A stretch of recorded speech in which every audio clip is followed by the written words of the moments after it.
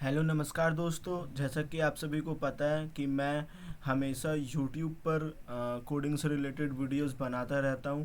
तो इस वीडियो में मैं सी लैंग्वेज को आगे बढ़ाना चाह रहा हूं। जैसा कि आपको पता है मैं कोडिंग से रिलेटेड वीडियोस बनाता रहता हूं। आप सभी को याद कीजिए, मैंने बहुत साल पहले सी लैंग्वेज का एक ट्यूटोरियल शुरू किया था। यहाँ पर यदि आपको प्रोग्रामिंग सीखना है सही तरीके से, सी लैंग्वेज के सबसे बेसिक कॉन्सेप्ट को आपको क्लियर करना है, तो मैं आपको रेकमेंड करूँगा कि सबसे पहले तो आप ये वाला वीडियो है, सबसे पहला वीडियो जो आपको ये वाला दिख रहा है 35 मिनट्स का ये वीडियो, ये मैं आपको कहूँगा कि आप ये पूरा देखिएगा। यहाँ पर मैंने बहुत बेहतरीन तरीके से, इससे अच्छा यहाँ पर ट्यूटोरियल एकदम आपको और कहीं नहीं मिलेगा अपने बेसिक कॉन्सेप्ट को क्लियर करने के लिए। ये सबसे पहले देखिए, उसके बाद आप किसी और वीडियो को जा करके देखिएगा। यहाँ मैंने जितने भी बेसिक कॉन्सेप्ट थे, जितने भी, वो सब कुछ मैंने क्लियर कर दिए हैं। यहाँ पर मैं आपको कॉन्सेप्ट को आगे बढ़ाऊंगा। सबसे पहले तो आपको विजुअल स्टूडियो सेटअप करना है। देखिए, विजुअल स्टूडियो सेटअप करने के लिए आप सिंपली यहाँ पर गूगल में जाइए, यहाँ लिखिए visual studio code download. Visual studio code download पर जाने के बाद यहाँ पर मैक, लिनक्स, विंडोज सबके लिए डाउनलोड किया जा सकता है, और विंडोज़ 10, 11 ये सबके लिए डाउनलोड किया जा सकता है। और जैसे ही आप इस पर डाउनलोड करेंगे तो बड़ा सिंपल है, कोई भी मामूली एप्लीकेशन जैसे आप डाउनलोड करते हैं वैसे ही आप इसे डाउनलोड कर सकते हैं।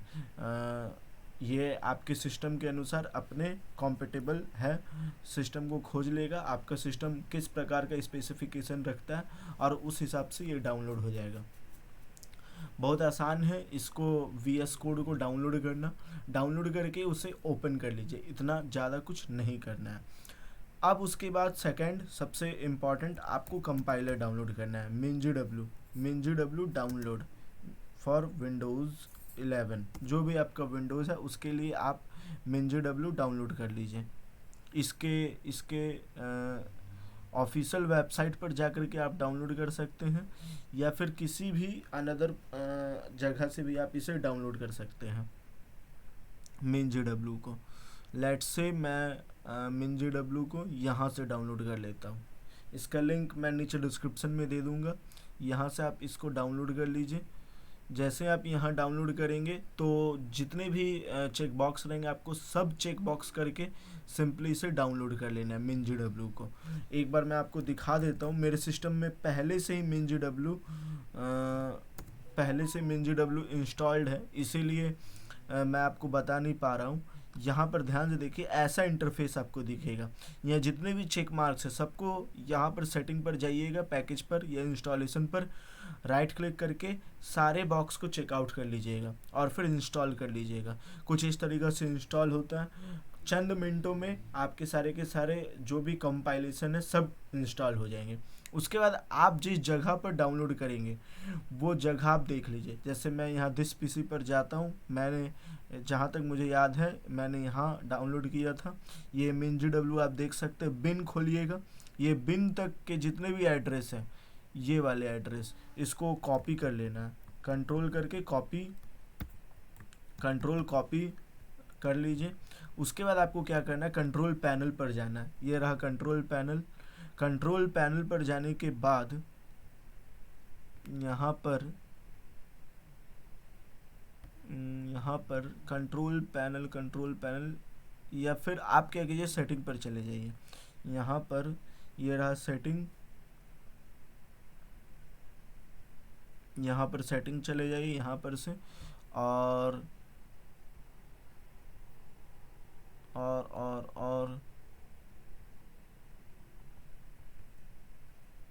या फिर यहाँ पर आप सर्च कर लीजिए environmental, edit the system environmental variables. हाँ, सीधा यहाँ पर चले जाइए, ये ज़्यादा सही रहेगा। और इन्वायरमेंटल वेरिएबल्स पर क्लिक कीजिए। यहाँ सिस्टम वेरिएबल्स पर आपको पाथ देखना है, ये रहा पाथ, इस पर डबल क्लिक कीजिए, और न्यू पर क्लिक करने के बाद देखिए ये चीज़ मैंने पहले से ही किया हुआ है। आपको वो एड्रेस जो अभी कॉपी की यहाँ पर पेस्ट करना है और ओके पर क्लिक कर देना है। इतना बेसिक काम आपको करना है बस।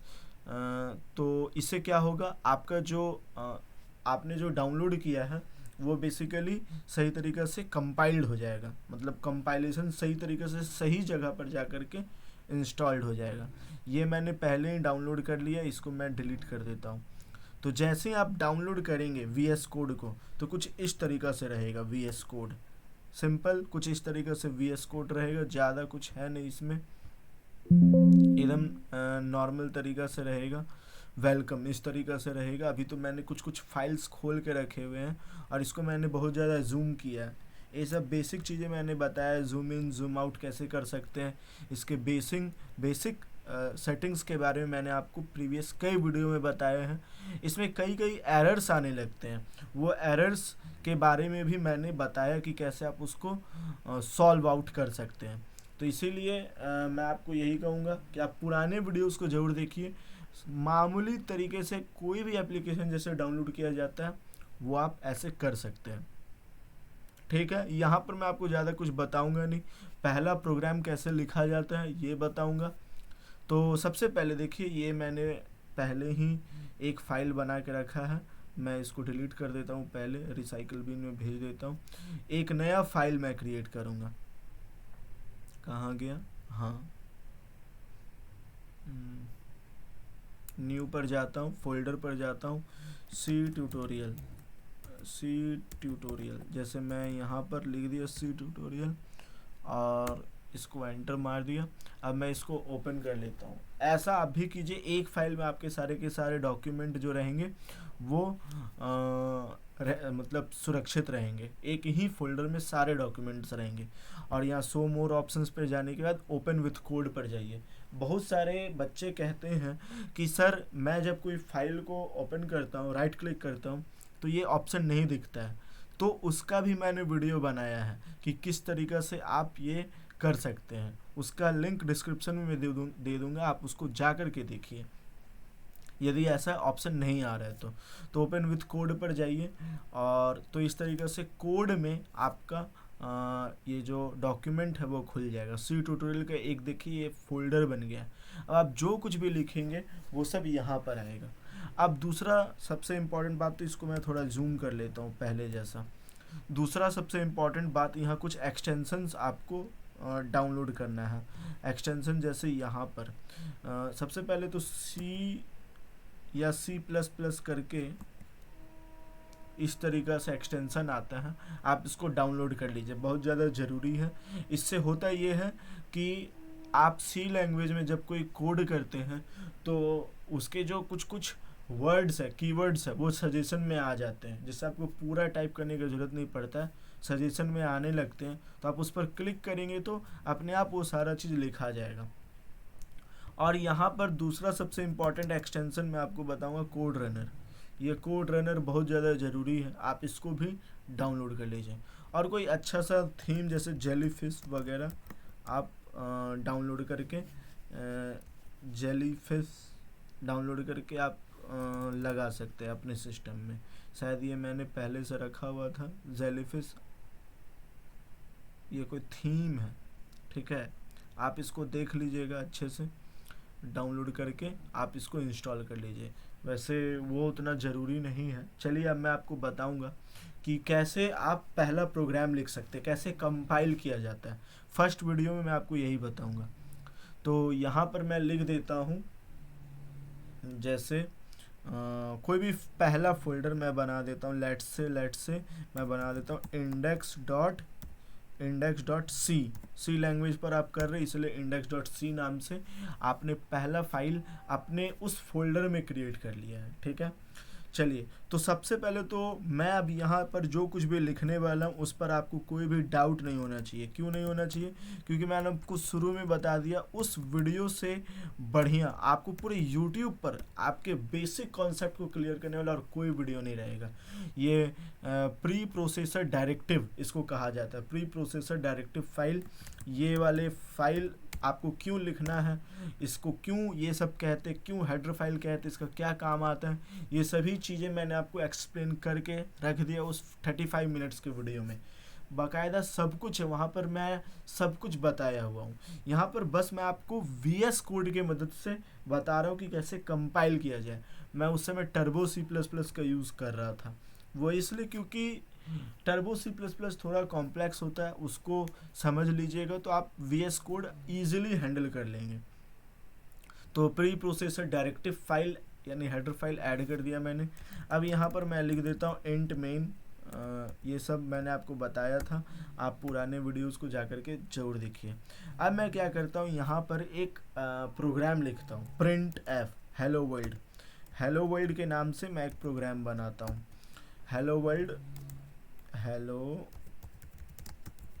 वर्ल्ड। ठीक है, हेलो वर्ल्ड के नाम से मैंने एक प्रोग्राम बनाया, सेमीकोलन से एंड किया। ठीक है, तो इसमें कोई एरर है नहीं। अब आपको क्या करना है, इसको रन करना है। रन करने के लिए यहाँ पर 3 डॉट पर जाइए, टर्मिनल पर जाइए, न्यू टर्मिनल पर ओपन कीजिए। अब यहाँ पर मैं आपको बताऊंगा कि कंपाइल कैसे किया जाता है। कंपाइल करना बहुत ज़्यादा आसान है। सबसे पहले लिखिए GCC। GCC आप लिख रहे हैं तो ये रिवोक कर रहा है, किसको रिवोक कर रहा है, जो आपने कंपाइलर MinJW डाउनलोड किया था उसको। अब आपको जो फाइल को बेसिकली रिवोक करना है, वो फाइल का नाम लिखिए index.cc, index.c, यानी आप इसको रिवोक करना चाहते हैं, इसको कंपाइल करना चाहते हैं। तो कंपाइल मैंने कर दिया। रिवोक इन द सेंस मतलब आप उसको कह रहे कि भाई तुम भिड़ो, ये जो फाइल आपने क्रिएट किया भाई तुम भिड़ो, कंपाइल होने के लिए भिड़ो। देखिए ये कंपाइल हो चुका है, a.exe फाइल कंपाइल हो चुका है। अब आपको इससे आउटपुट लेना है, तो आउटपुट लेने के लिए .a,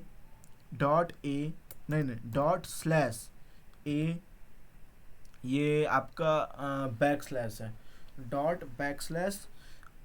.a.exe। ठीक है, इतना लिखना है और सिंपली एंटर प्रेस करना है। जैसे आप प्रेस करेंगे तो देखिए आपका पहला प्रोग्राम हेलो वर्ल्ड जो है वो लिखा गया। आप हेलो वर्ल्ड की जगह हेलो लुकेश पोद्दार, हेलो अपना नाम, हेलो सी, कुछ भी लिख सकते हैं। जैसे मैं यहाँ लिख देता हूँ हेलो लुकेश पोद्दार, और फिर इसको सेव कर लीजिए। और जो प्रीवियस आउटपुट है यहाँ पर जाकर के क्लियर लिखिए, सारे जो प्रीवियस आउटपुट है वो क्लियर हो जाएंगे। ये शायद सेव नहीं है, मैं इसको सेव कर लेता हूँ। देखिए कभी भी सेव नहीं हो तो यहाँ एक डॉट बन जाएगा, ये बात याद रखिएगा। वापस से कंपाइल कीजिए, GCC index.c, ये कंपाइल हो गया। कंपाइल होने के बाद आपको क्या करना है, सिंपली लिखना है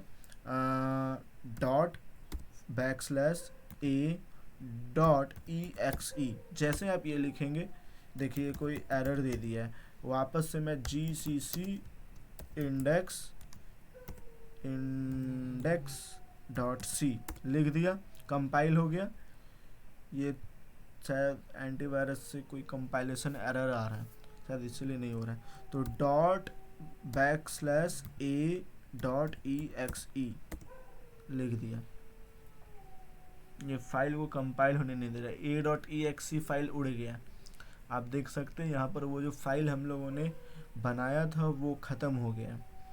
तो ये ऐसा एरर आते रहता है, आपको एंटीवायरस टर्न ऑफ करना पड़ सकता है, क्योंकि एक नया फाइल अचानक आ रहा है, इसीलिए ये थोड़ा प्रॉब्लम कर रहा है। नए फाइल कंप्यूटर में कैसे आ रही है, ये थ्रेट समझता है उस चीज़ को, इसलिए बार बार उसको रोक देता है एरर होने से। तो एक बार फिर से मैं ट्राई करता हूँ, GCC index.c। तो ये भी एक तरह का लर्निंग है कि आपको इस तरीके की प्रॉब्लम सामना करना पड़ सकता है। देखिए जब मैं कंपाइल कर रहा हूँ तो कंपाइल होने नहीं दे रहा है, उस फाइल को ये बार बार रोक दे रहा है। ठीक है, उस फाइल को ये बार बार रोक रहा है, आप देख सकते हैं। तो एक बार मैं फिर से क्लियर करता हूँ और GCC, आप देखिए इससे आपको लर्निंग मिल रहा है कि कैसे जो आपके फाइल है, देखिए बार बार उस फाइल को जो है वो रिस्क बता रहे हैं कि उस ऐसा तो होता नहीं था कभी भी, लेकिन यहाँ पर हो रहा है बार बार। तो आपको ऐसा प्रॉब्लम का सामना करना पड़ सकता है। एक बार मैं फिर से फाइल को बंद करता हूँ, फाइल को ओपन करता हूँ और शो मोर ऑप्शन पर जा कर के ओपन विथ कोड पर जाता हूँ।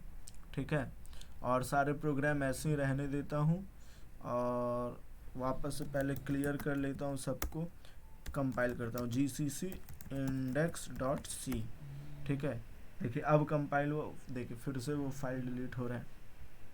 एक काम करता हूँ मैं थोड़ा देर के लिए, देखिए ये सब आपको लर्निंग समझ में आ रहा है कि एंटीवायरस कहाँ पर जो चीज़ें हैं वो प्रॉब्लम कर देती है। मैं थोड़ा देर के लिए 5 मिनट के लिए बस इस सिक्योरिटी को ऑफ करता हूँ, ठीक है।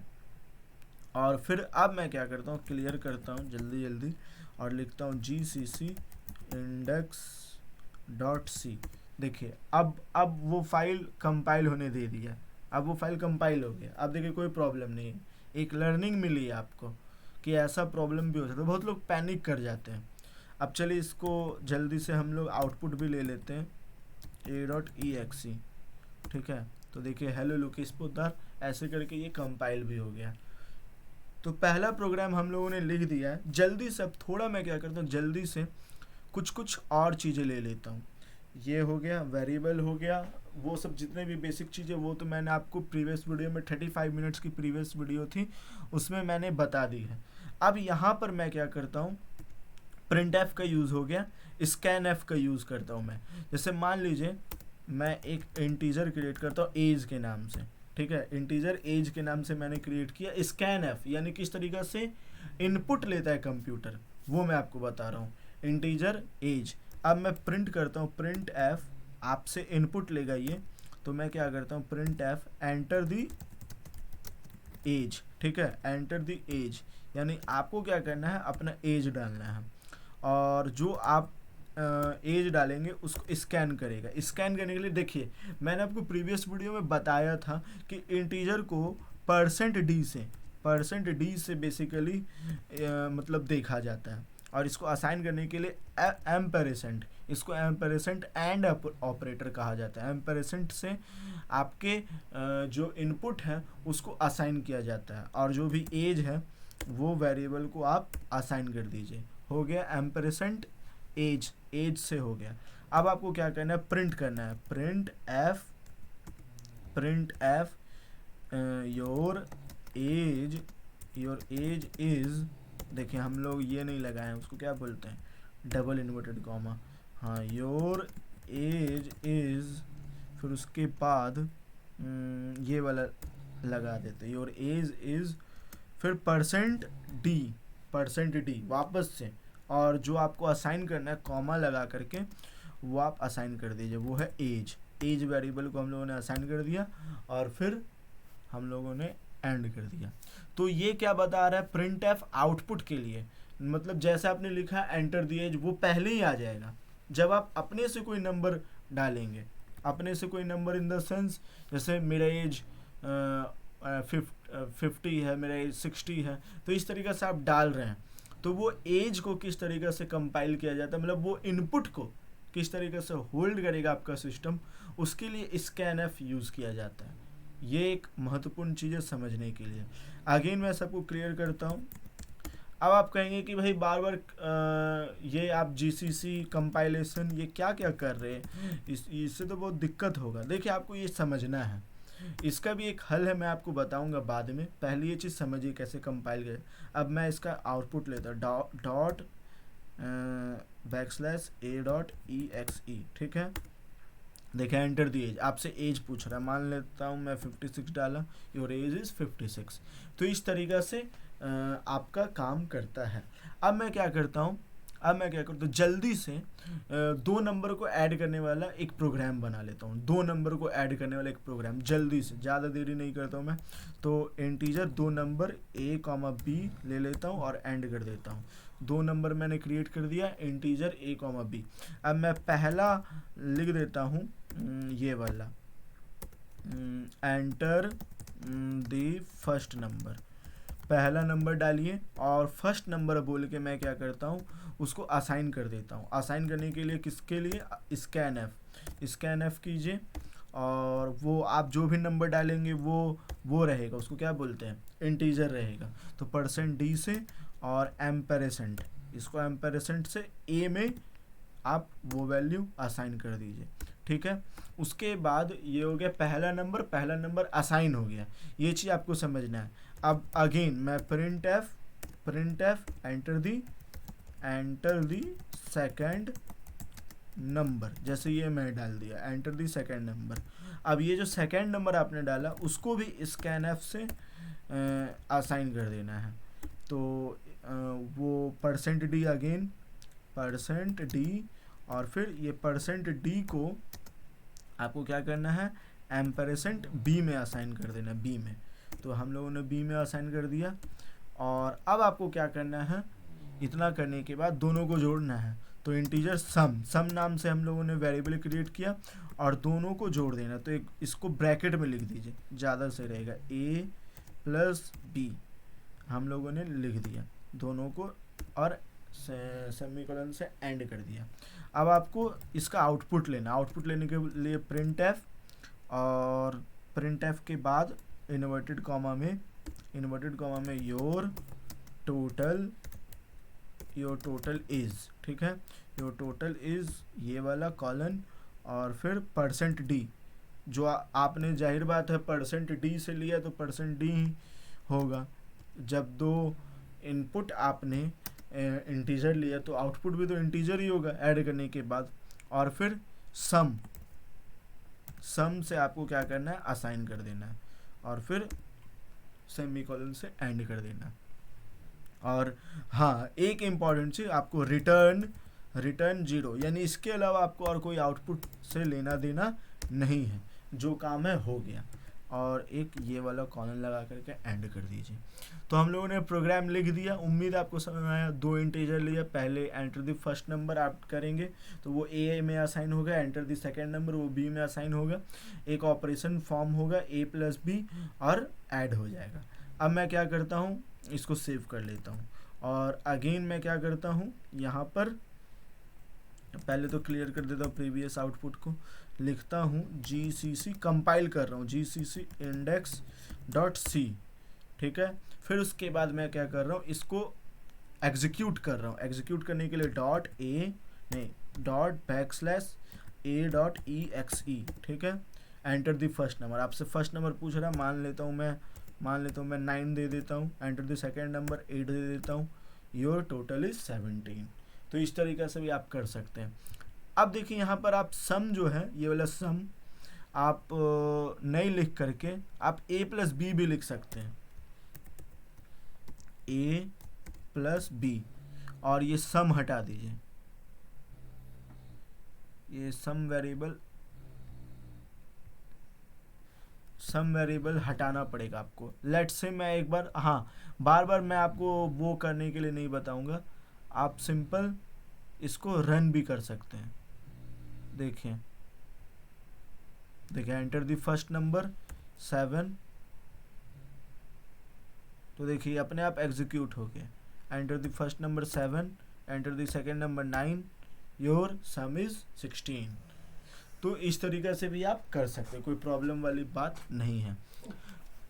तो होमवर्क मैं आपको देता हूँ। होमवर्क आपको करना है, ट्रायंगल का एरिया निकालना है। ट्रायंगल का एरिया दो मेथड से, एक इनपुट मेथड और एक पहले गिवन रहेगा, वो दो मेथड से आपको निकालना है। और सर्कल का एरिया आपको इनपुट मेथड और पहले से ही गिवन रहेगा, रेडियस पहले से गिवन 7, 8, 9, 3, ऐसा कोई भी आप अपने से लीजिए और उसका एरिया कैलकुलेट कीजिए, पेरीमीटर कैलकुलेट कीजिए, और ट्रायंगल के साथ भी यही कीजिए, ट्रायंगल के साथ एरिया निकालिए। फॉर्मूला तो आपको मालूम ही है, नहीं मालूम है तो 1/2 इंटू बी इंटू एच और πr²। तो उम्मीद है आपको समझ में आया होगा। ये वीडियो बहुत कुछ सीखने के लिए मिला होगा। मैं आपको रेकमेंड करता हूँ कि वो 35 मिनट का वीडियो जरूर देखिए, वो देखिएगा आपको बहुत कुछ समझ में आएगा। तो आज के लिए बस इतना ही, धन्यवाद।